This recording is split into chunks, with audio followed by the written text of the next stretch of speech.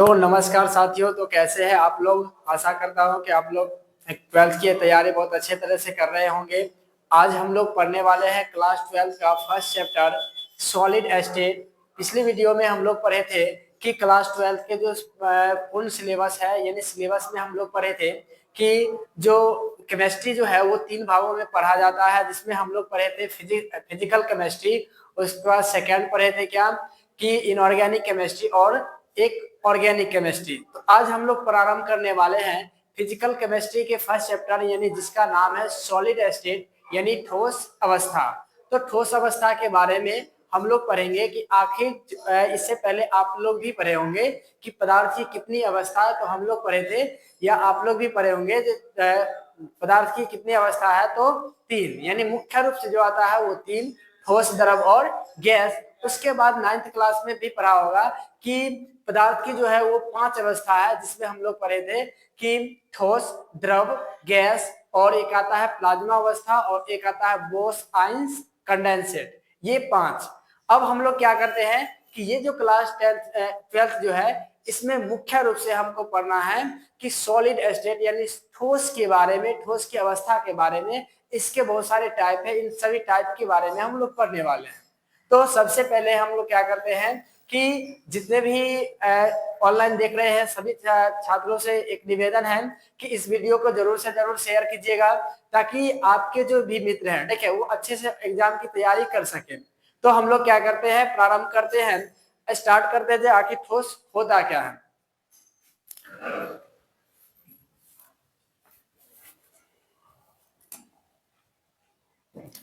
तो सबसे पहले अगर आपसे पूछेगा ठोस होता क्या है, तो आप लोग ने 9th में भी क्लास किया होगा या 10th में भी पढ़ा होगा।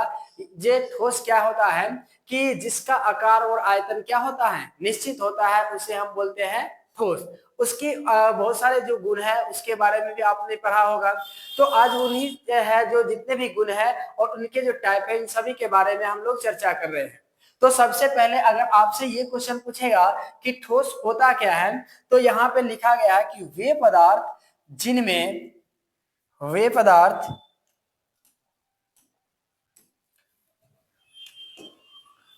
वे पदार्थ जिनमें अवयवी कणों यानी परमाणु हो, अणु हो या आयन हो। कहता है कि वे पदार्थ जिनमें अवयवी कण, परमाणु, अणु या आयन हो, ठीक है, के मध्य प्रबल आकर्षण बल कार्यशील होते हैं, जिनमें दृढ़ता पाई जाती है, जिनके आयतन एवं आकार निश्चित होते हैं। यानी हम लोग पढ़ चुके हैं कि ठोस क्या होता है, तो जिनके आकार और आयतन क्या होता है, निश्चित होता है। इसमें हम लोग पढ़े थे क्लास 9th में का भी ये टॉपिक है कि उसमें हम लोग पढ़े थे कि ठोसों के अवयवी यानी ठोसों के कणों के मध्य जो होता है कि इंटरमॉलिक्यूलर फोर्स होता है, यानी अंतरा आणविक आकर्षण बल, ये पढ़े थे। उसके बाद उसके अंतर्गत जो स्थान होता है उसे हम बोलते हैं क्या, अंतरा अणुक स्थान, ठीक है। तो याद रखिएगा कि वे पदार्थ जिनमें अवयवी कण, अणु, परमाणु या आयन हो के मध्य यदि प्रबल आकर्षण बल हो, कार्यशील हो, जिनमें दृढ़ता पाई हो जाती हो, ठीक है, जिसमें दृढ़ता यानी मतलब एकदम कठोर हो, जिनमें दृढ़ता पाई जाती है, जिनके आकार एवं आयतन निश्चित होते हैं, ठोस कहलाते हैं। आप लोग ने इसके बारे में भी पढ़ा होगा। तो याद रखिएगा जिसका आकार और आयतन क्या होता है, निश्चित होता है, उसे हम बोलते हैं ठोस। वह अवस्था हमारा ठोस अवस्था। आइए उसके हम लोग कुछ गुण के बारे में पढ़ लेते हैं कि ठोसों के गुण आपने बहुत सारा ठोसों में पढ़ा होगा क्लास 9th में क्या कि जो ठोस जो है उसमें द्रव के समान प्रवाहित होने का गुण नहीं पाया जाता है, यानी जल की तरह क्या होता है वो बहता हुआ नहीं जाता है। उसके बाद आप लोग ये भी पढ़े हैं कि इसका जो मुख्य रूप से जो गुण में आता है कि इसमें याद रखिएगा कि इसमें असंपीड्य का गुण पाया जाता है। असंपीड्य यानी उसको और भी दबाव देके उसको दबाया नहीं जा सकता है। तो इनके कुछ गुण हैं, इसको हम लोग देखते हैं कि सबसे पहला है कि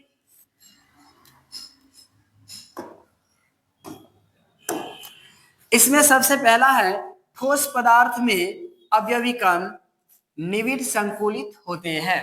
यानी निविड़ संकुलित, अब यहाँ पे एक शब्द आया है निविड़ संकुलित। निविड़ संकुलित मतलब होता क्या है? तो निविड़ संकुलित मतलब होता है कि जब अगर कोई ठोस हो, यदि कोई ठोस हो तो उस ठोस के मध्य जो अंतराणुक स्थान होता है, यानी वो जो अंतराणुक जो स्थान कम रहता है और जो इसके मध्य अंतराणुक आकर्षण बल अधिक रहता है, तो इन स्थान जो है ये कहलाता है, हमारे इस स्थान के कारण इसको कहा जाता है कि निविड़ संकुलित। ठीक है, निविड़ संकुलित यानी उस ठोसों के मध्य जो कम स्थान होता है जिसके कारण उसे कहा जाता है निविड़ संकुलित। तो निविड़ संकुलित याद रखिएगा कि तथा उनमें उनके मध्य प्रबल आकर्षण बल पाया जाता है, इसलिए ठोसों के आयतन एवं आकार निश्चित होते हैं। अब से ये 2 नंबर में क्वेश्चन ये भी पूछ देता है कि ठोस के जो आयतन और आकार निश्चित क्यों होते हैं, तो याद रखिएगा कि ठोस जो है, ठोस के अवयवी कणों के मध्य जो है या ठोस जो है वो निविड़ संकुलित होते हैं, जिसके कारण उसके आकार और आयतन क्या होता है, निश्चित होता है।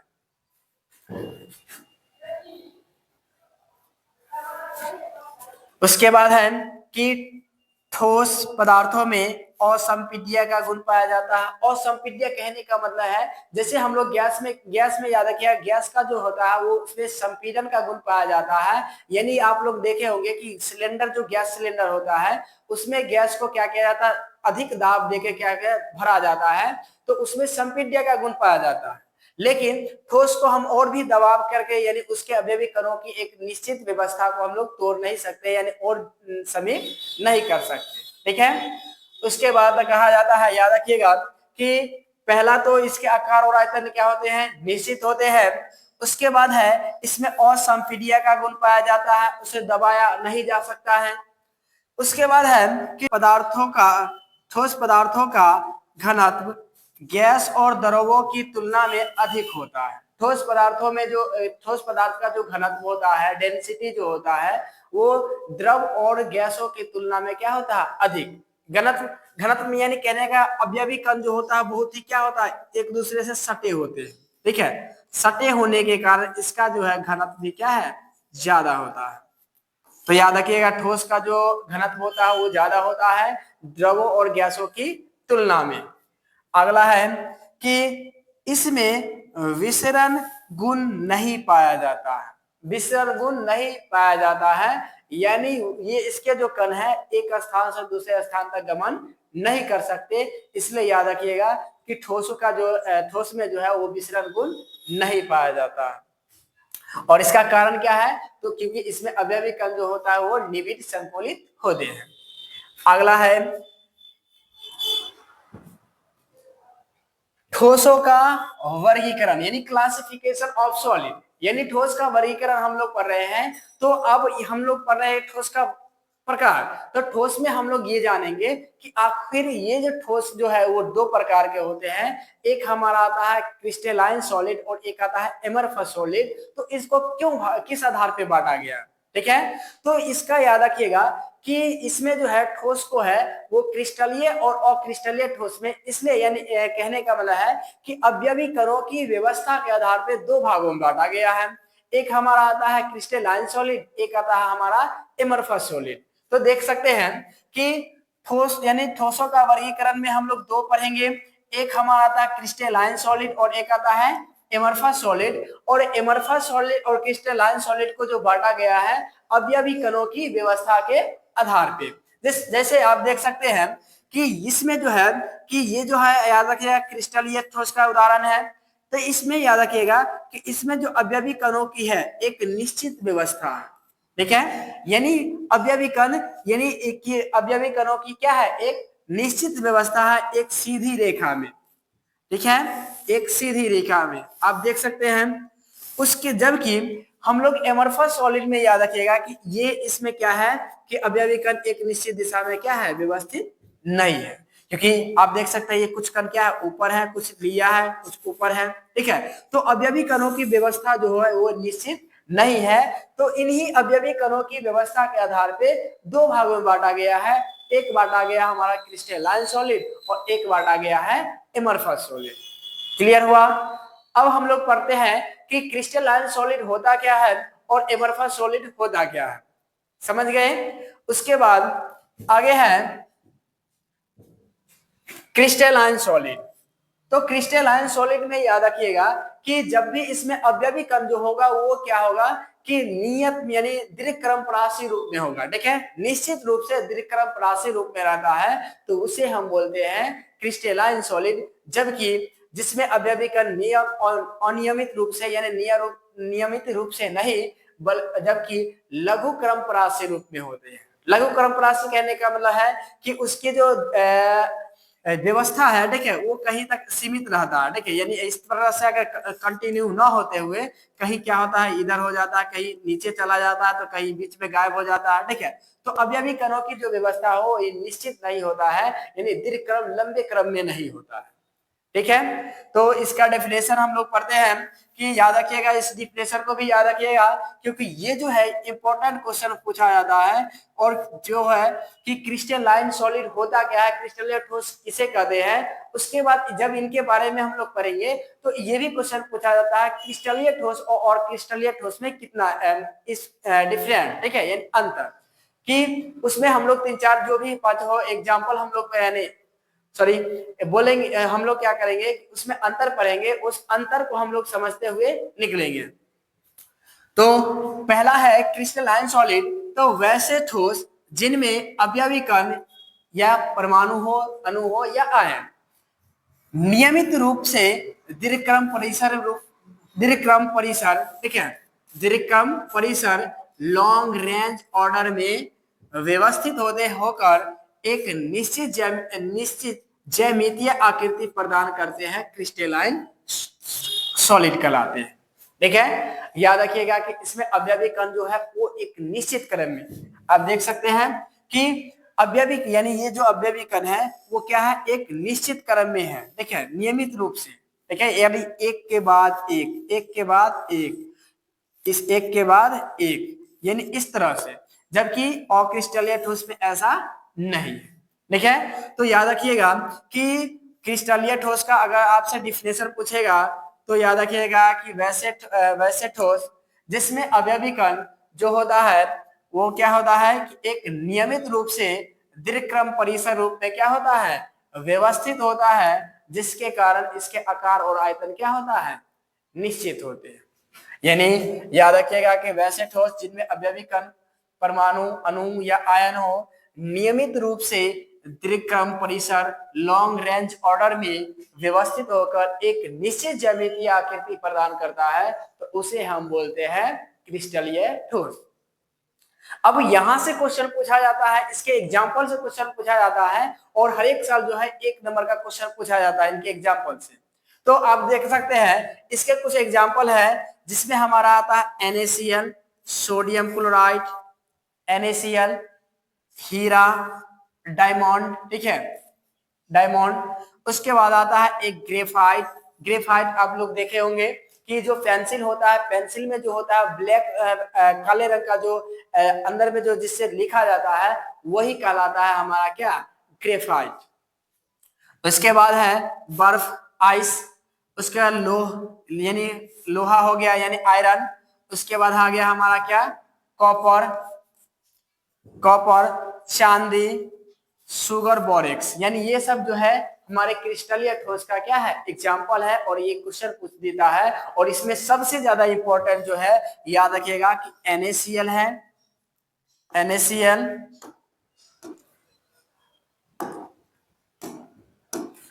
NaCl, उसके बाद है हीरा, उसके बाद ग्रेफाइट, उसके बाद बर्फ। ये सबसे ज्यादा इंपॉर्टेंट है। ये 4 में से हर एक साल जो है एक न एक ऑब्जेक्टिव टाइप क्वेश्चन पूछ देता है कि निम्नलिखित में से कौन से क्रिस्टलीय और अक्रिस्टलीय का उदाहरण है। ठीक है, तो यहां तक आप समझ गए। अब इनके हम लोग कुछ गुण के बारे में पढ़ेंगे। क्रिस्टलीय ठोस के जो है जो भी प्रॉपर्टी है उनके बारे में हम लोग आगे, क्रिस्टलीय ठोस के कुछ बहुत सारे गुण है, ठीक है, तो उसमें हम लोग कुछ नया नया गुण पढ़ेंगे जो हम class 10th 9th 11th 12th 11th में हम लोग इस सब चर्चा नहीं किए होंगे। ठीक है, तो आगे है क्रिस्टलीय ठोसों के सामान्य विशेषताएं यानी जनरल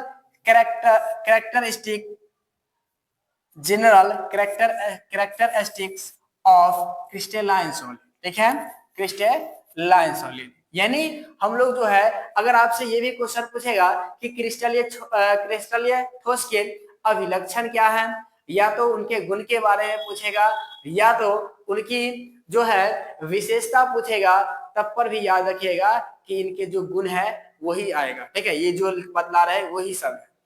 आगे देखो कि पहला जो है क्रिस्टलीय ठोस में अवयवी कण नियमित रूप से दीर्घक्रम परिसर में व्यवस्थित होते हैं, जो कि हम लोग डिफिनेशन में ही पढ़ चुके हैं। ठीक है, यानी जो क्रिस्टलीय ठोस में पहला जो गुण आया कि इसमें अवयवी कण जो है वो दीर्घक्रम परिसर रूप में क्या होता है, व्यवस्थित होता है। आगे है इसके गलनांक नियत एवं सुस्पष्ट होते हैं, यानी इसके जो गलनांक जो आता है वो नियत होता है और स्पष्ट रूप से होता है कि कितने ताप पर यह क्या होगा, गलना प्रारंभ करेगा। ठीक है, आगे है कि क्रिस्टलीय ठोस में विदलन गुण पाए जाते हैं। अब एक नया गुण आया विदलन। ठीक है, क्या नाम आया, विदलन। तो विदलन का मतलब क्या होता है, विदलन का मतलब होता है, याद रखिएगा कि जब हम लोग क्या करेंगे कि जब ठोस को काटेंगे, ठीक है, सॉलिड को काटेंगे, तो उसका जो सतह है वो अगर चिकना, ठीक है, यानी किसी धारदार औजार से अगर हम काटेंगे तो उसका जो सतह जो आएगा चिकना आएगा। तो चिकना वो अगर पूर्ण रूप से आ जाएगा, ठीक है, चिकना और समतल आ जाएगा, तो वह गुण कहलाता है विदलन गुण। यदि वैसा नहीं आएगा, ठीक है, यानी मतलब उसका सतह चिकना और समतल नहीं होगा, वह विदलन गुण नहीं कहलाएगा। तो याद रखिएगा कि जो क्रिस्टलीय ठोस में है वो विदलन गुण पाया जाता है। विदलन का मतलब आप समझे तो कमेंट जरूर कीजिएगा। आगे है कि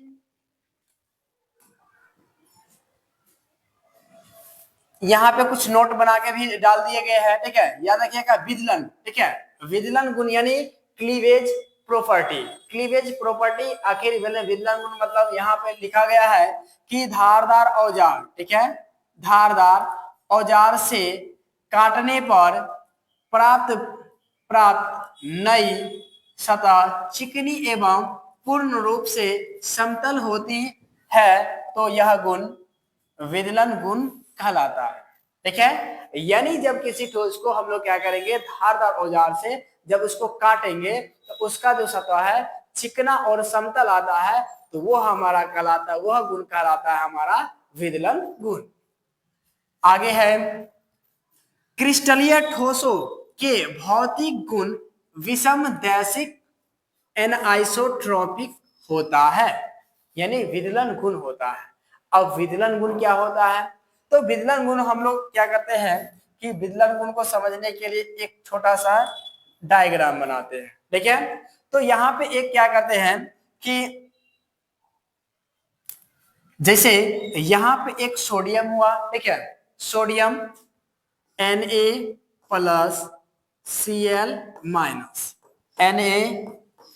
Na+Cl-, उसके बाद यहाँ Cl, यानी एक क्रिस्टल टाइप से बना रहे हैं, तो माइनस, उसके बाद Na+Cl Na+, उसके बाद Na+Cl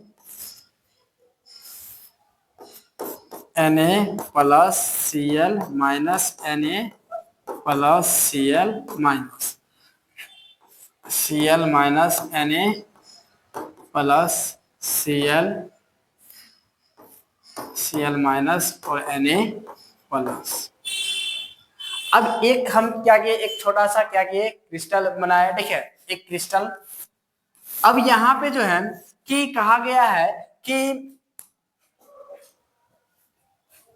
विषमदैशिक, यानी विषमदैशिक, ठीक है, यानी अवयवी कण यानी क्रिस्टलीय ठोसों के भौतिक गुण विषमदैशिक होते हैं, अर्थात भिन्न भिन्न दिशाओं में इनके अवयवी यानी इनके भौतिक गुण अलग अलग होते हैं, क्योंकि भिन्न भिन्न दिशाओं में कणों की व्यवस्था क्या होता है, भिन्न भिन्न। यानी अब कहा जाता है विषम दैशिक क्या होता है, तो याद रखिएगा कि जब ठोसों में क्या होगा, यानी ठोसों के अवयवी कणों की अगर दिशा देखिए, यानी प्रत्येक दिशा में अगर उसकी अगर अवयवी कणों की व्यवस्था अगर भिन्न भिन्न होता है तो उसे विषम दैशिक कहते हैं। और प्रत्येक दिशा में अगर अवयवी कणों की व्यवस्था क्या होता है, समान होता है, तो उसे हम बोलते हैं समदैशिक।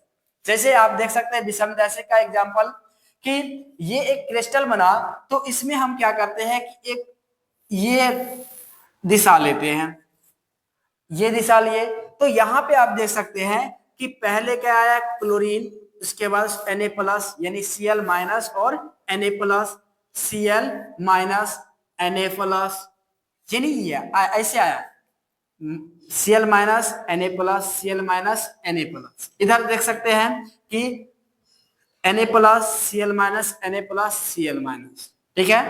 लेकिन अगर हम क्या करते हैं कि इसकी दिशा हम इस प्रकार से लेते हैं,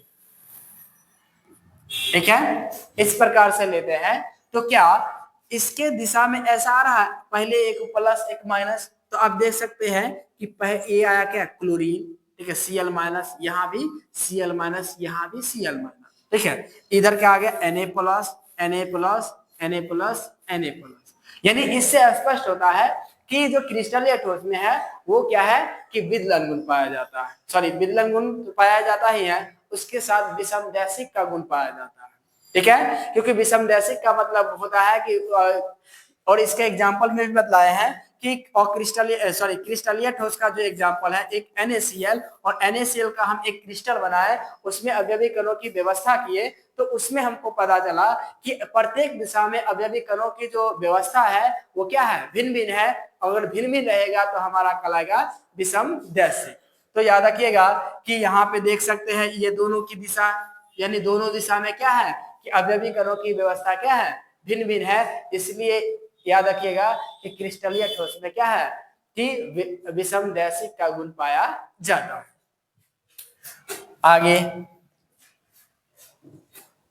यहां पे लिखा गया है विषम दैशिक, यानी यदि भिन्न भिन्न दिशाओं में ठोसों के भौतिक गुण भिन्न भिन्न होते हैं, उन्हें विषम दैशिक कहते हैं, और यह गुण जो है विषम दैशिकता कहलाता है, ठीक है। यानी अवयवी कणों की व्यवस्था अगर भिन्न भिन्न दिशाओं में भिन्न भिन्न होता है तो उसे हम बोलते हैं विषम दैशिक, और यह गुण जो है हमारा कहलाता है विषम दैशिकता।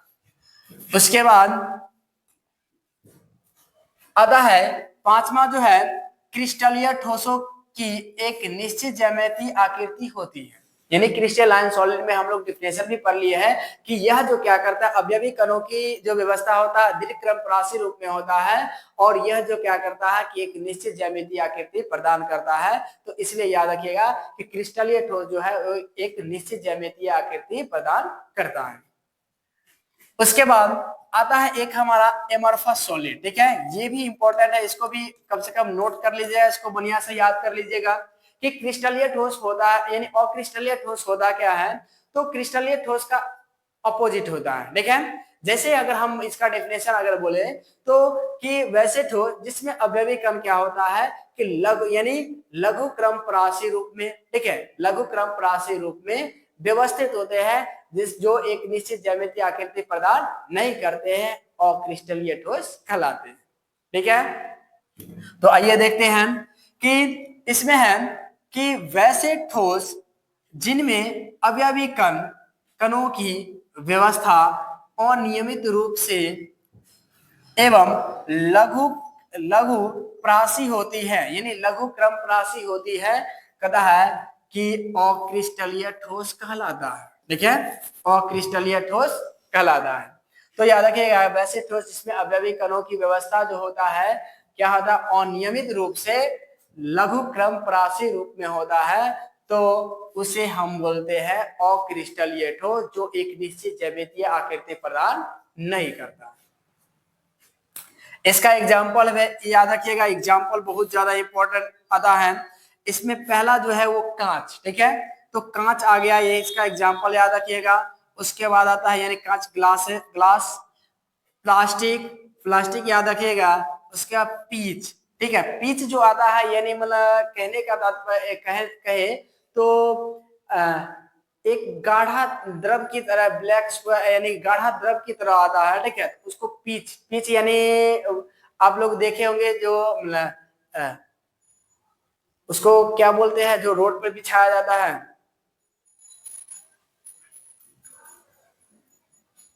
अलकतरा, देखिए। तो उस अलकतरा को आप देखे होंगे, ठीक है। तो उसी टाइप से आता है पीच। उसके बाद कि ये मोम, मोम आप लोग देखे होंगे। उसके बाद आता है एक रबर, ठीक है, रबर। तो याद रखिएगा रबर जो है, और ये भी इंपॉर्टेंट है कि रबर जो है क्वेश्चन पूछ देता है कि निम्नलिखित रबर जो है अक्रिस्टलीय ठोस होता है या नहीं। तो याद रखिएगा रबर जो है एक अक्रिस्टलीय ठोस होता है। आगे आगे है अक्रिस्टलीय ठोसों के गुण, यानी अक्रिस्टलीय ठोस के कुछ गुण है, उसके बारे में हम लोग चर्चा करते हैं। जिसमें पहला जो गुण है कि यानी अक्रिस्टलीय ठोसों में अवयवी कणों की जो व्यवस्था होता है अनियमित रूप से, ये डिफिनेशन में भी है कि अवयवी यानी अक्रिस्टलीय ठोस है जो क्या है, उसमें अवयवी कणों की जो व्यवस्था होता है वो क्या सा होता है, तो अनियमित रूप से व्यवस्थित होता है। कहता है कि अगला है कि इसकी कोई ज्यामितीय आकृति नहीं होती है। यह बतलाए थे कि ये अक्रिस्टलीय ठोस है जिसमें कोई निश्चित ज्यामितीय आकृति प्रदान नहीं करते हैं। याद रखिएगा कि इसकी जो है कोई निश्चित ज्यामितीय आकृति नहीं होती है। इसके गलनांक और गलनांक नियत एवं सुस्पष्ट भी नहीं होते हैं, ठीक है। कहता है कि ये दीर्घतापी परिसर में पहले मुलायम होता है, उसके बाद क्या होता है, द्रवित हो जाता है, ठीक है। तो याद रखिएगा कि इसका जो गलनांक है वो क्या होता है, नियत और सुस्पष्ट नहीं होता है। प्रारंभ में जो होता है वो दीर्घतापी, यानी दीर्घतापी कहने का मतलब अत्यधिक ताप पर वो गलना प्रारंभ करता है। जब उसके बाद क्या होता है, यानी अत्यधिक ताप पर जो है वो मुलायम हो जाता है, उसके बाद क्या होता है, द्रवित होता है, गलना प्रारंभ करता है।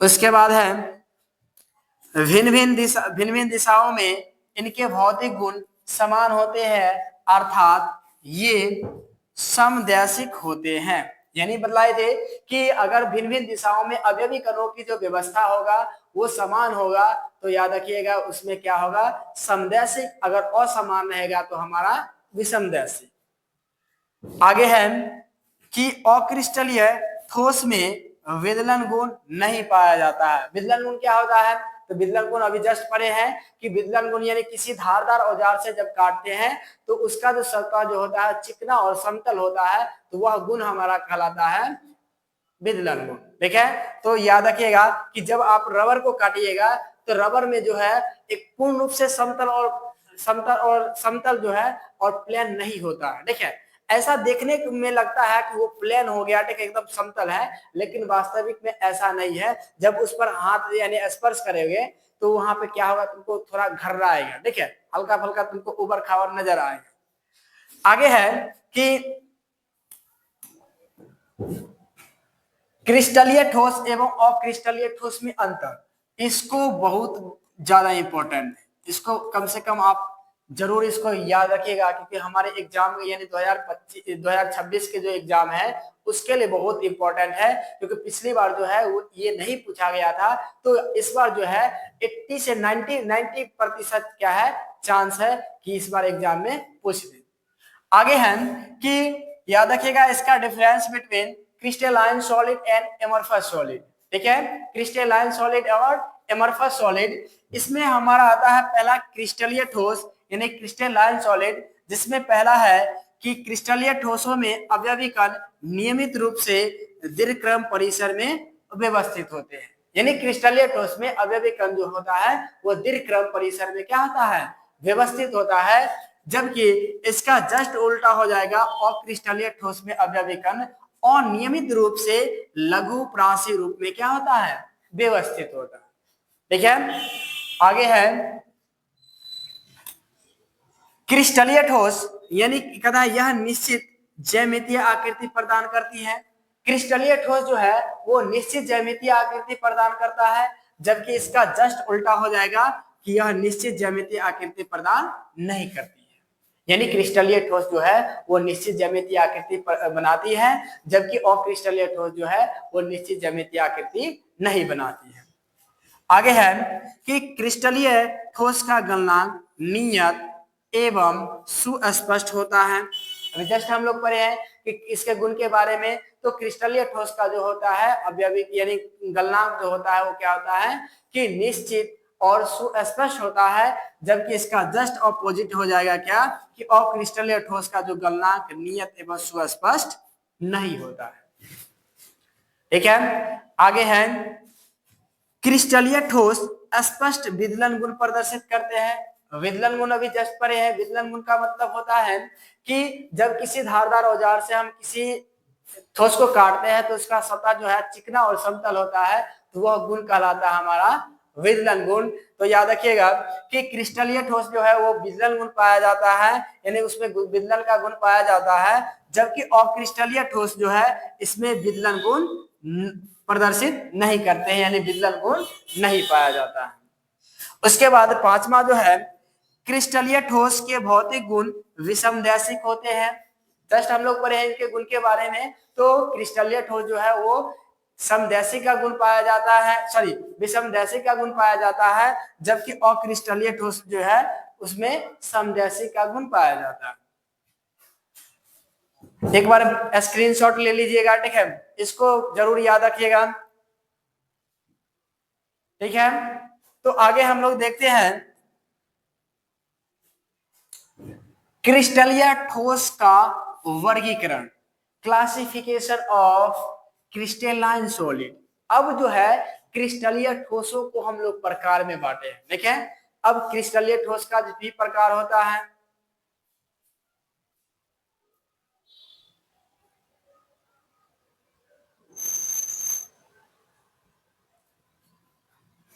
ये क्या हुआ, चलिए तो हम अब हम पढ़ने वाले हैं कि क्रिस्टलीय ठोस का जो प्रकार है वो 5 भागों में बांटा गया है। ठीक है, 5 या सॉरी 4, ठीक है, इसमें 4 जो बांटा गया है। पहला जो है आयनिक सॉलिड, ठीक है, आयनिक सॉलिड। उसके बाद है दूसरा जो है सहसंयोजक ठोस और नेटवर्क ठोस। ठीक है, ये भी इंपॉर्टेंट है बहुत। एग्जाम में क्वेश्चन पूछ देता है कि नेटवर्क सॉलिड होता क्या है या कोवैलेंट सॉलिड क्या होता है। तो इसको याद रखिएगा कि जो आयनिक सॉलिड जो होता है आयनिक, ठीक है, आयनिक सॉलिड। उसके बाद आता है हमारा कोवैलेंट सॉलिड, ठीक है, कोवैलेंट और नेटवर्क सॉलिड, यानी इसको हम बोलते हैं कोवैलेंट सॉलिड या नेटवर्क सॉलिड। उसके बाद आता है तीसरा जो होता है हमारा धात्विक ठोस यानी मेटेलिक सॉलिड। उसके बाद आता है चौथा जो है वो हमारा आता है मॉलिक्यूलर सॉलिड।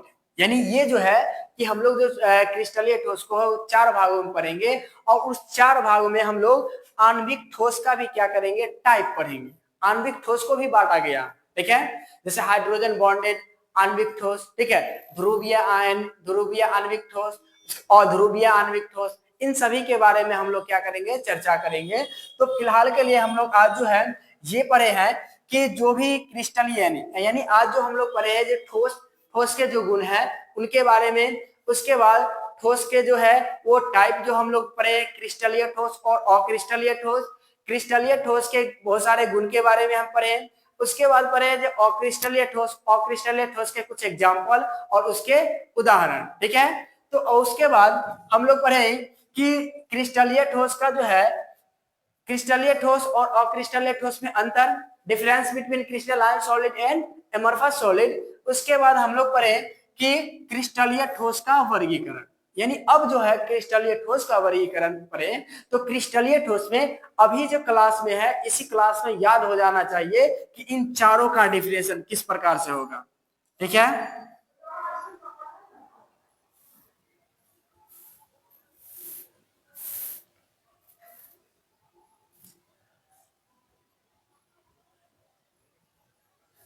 ठीक है, तो ये चारों का डेफिनेशन अभी क्लास में ही पूरे याद होना चाहिए कि आप सिर्फ ये जो बांटा गया है आप याद रखिएगा कि जो क्रिस्टलीय ठोस है और अक्रिस्टल यानी क्रिस्टलीय ठोस का जो है उसको जो अब बांटा गया है 4 भागों में, तो यहाँ पे जो है किस बंध के आधार पे यानी बॉन्ड बॉन्ड के आधार पे क्या है उसको बांटा गया है। देखिए कि यह कितने भागों में बांटा गया है कि जो अवयवी कण जो है वो अवयवी कण जो है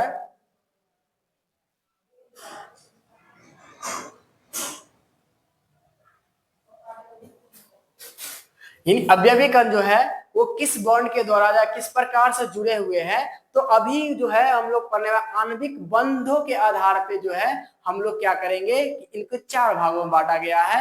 एक बांटा गया है हमारा क्या कि पहला जो है आयनिक सॉलिड, सेकेंड है कोवेलेंट या नेटवर्क सॉलिड, उसका तीसरा जो है हमारा मेटेलिक सॉलिड और चौथा जो है वो मॉलिक्यूलर सॉलिड। तो इन चारों के बारे में हम लोग अभी पढ़ेंगे, ठीक है।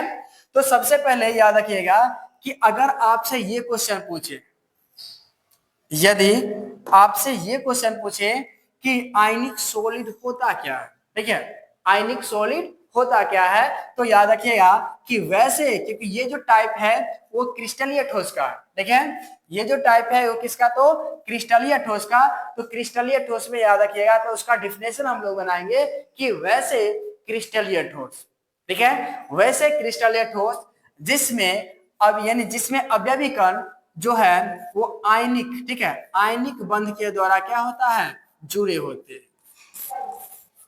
आयनिक बंध के द्वारा। देखिए यानी डिफिनेशन नाम से ही स्पष्ट हो रहा है कि आयनिक सॉलिड क्या है, ठीक है। तो वैसे ठोस जिसमें अवयवी कण आयनिक बॉन्ड या आयनिक बंध के द्वारा क्या होता है, जुड़े होते हैं, आयनिक बंध के द्वारा जुड़े होते हैं, तो उस प्रकार का जो ठोस है वो हमारा कहलाता है आयनिक सॉलिड, ठीक है, आयनिक ठोस। उसके बाद है कोवैलेंट सॉलिड, ठीक है, कोवैलेंट सॉलिड। तो याद रखिएगा इसमें जो है कि अवयवी कण जो है वो सहसंयोजक आबंध, ठीक है, सहसंयोजक सहसंयोजक आबंध आबंध एवं एवं नेटवर्क नेटवर्क बॉन्ड के द्वारा जुड़ा होता है, ठीक है। तो पहला जो है आयनिक ठोस, तो उसमें याद रखिएगा कि वैसे क्रिस्टलीय ठोस जिसमें अवयवी कण आयनिक बॉन्ड या आणविक बंध के द्वारा क्या होता है, आयनिक बॉन्ड के द्वारा जो जुड़ा होता है, तो वो ठोस जो हमारा कहलाता है कि आयनिक सॉलिड। उसके बाद सहसंयोजक ठोस, ठीक है, यानी वैसे क्रिस्टलीय ठोस जिसमें अवयवी कण जो है वो सहसंयोजक आबंध या नेटवर्क आबंध द्वारा जुड़े होते हैं, वो कहलाता है हमारा सहसंयोजक ठोस या नेटवर्क ठोस, ठीक है। आगे है कि धात्विक ठोस। धात्विक ठोस में याद रखिएगा कि वैसे ठोस, ठीक है, जिसमें वैसे ठोस जो धात्विक बंध के द्वारा जुड़े होते हैं, ठीक है, धात्विक।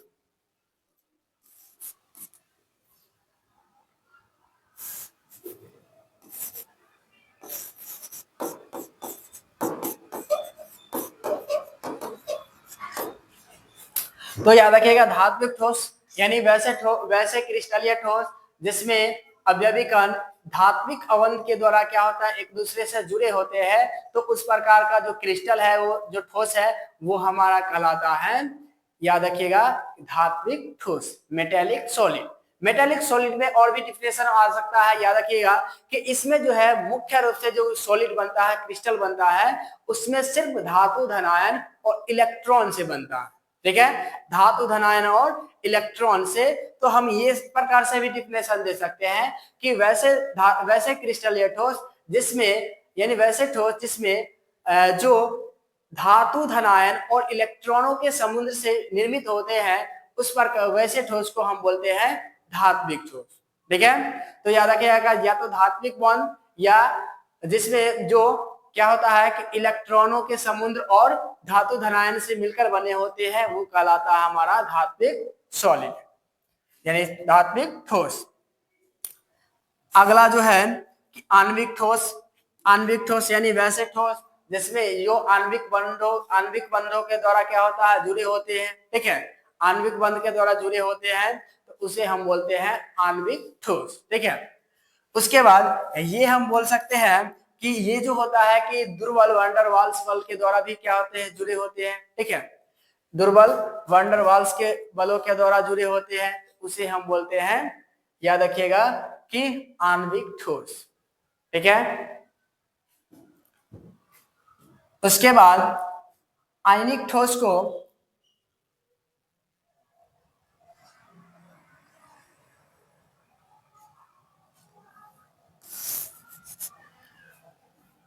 चलो आज के लिए हम लोग है इतना ही पढ़ेंगे। ठीक है, अगले वीडियो में हम लोग पढ़ेंगे कि क्रिस्टलीय ठोस का जो चार टाइप है वो हम उसके पूर्ण एक्सप्लेनेशन के साथ, उसके बाद इनकी जो प्रॉपर्टी है उसको, उसके बाद ये जो सॉलिड का जो टॉपिक है वो हमको खत्म होगा। उसके बाद हम लोग पढ़ेंगे कि इनके जो यानी क्रिस्टल यानी क्रिस्टल तंत्रों के बारे में। ठीक है, क्रिस्टल के बारे में कि वहां पे हम लोग ये भी पढ़ेंगे कि जालक या इकाई सेल क्या होता है। ठीक है, इकाई सेल, तो इकाई सेल का भी टॉपिक इंपॉर्टेंट है, उसको भी याद रखिएगा कि सबसे पहले याद रखिएगा इसमें सबसे ज्यादा इंपॉर्टेंट जो आता है वो क्रिस्टलीय ठोस और अक्रिस्टलीय ठोस में अंतर, उसका डिफिनेशन पूछ दिया जाता है। उसके साथ ही ये क्वेश्चन पूछ दिया जाता है कि नेटवर्क सॉलिड या सहसंयोजक ठोस क्या होता है। ठीक है, तो सहसंयोजक ठोस अगर नहीं लिखे तो याद रखिएगा नेटवर्क सॉलिड लिख के दे देता है। और क्लास 12 में याद रखिएगा कि जब भी हम लोग पढ़ेंगे तो उसके जो इंग्लिश के साथ पढ़े या इंग्लिश उसका नाम जरूरी है, क्योंकि 12th में जो है वो इंग्लिश को ही हिंदी में लिख करके क्या कर देता है कि एग्जाम में डाल देता है। तो वहां पे अगर हमको इंग्लिश अगर शब्द नहीं याद रहेगा तो हम वहां पे फंस सकते हैं। ठीक है, तो आज के लिए हम लोग इतना ही छोड़ते हैं। ठीक है,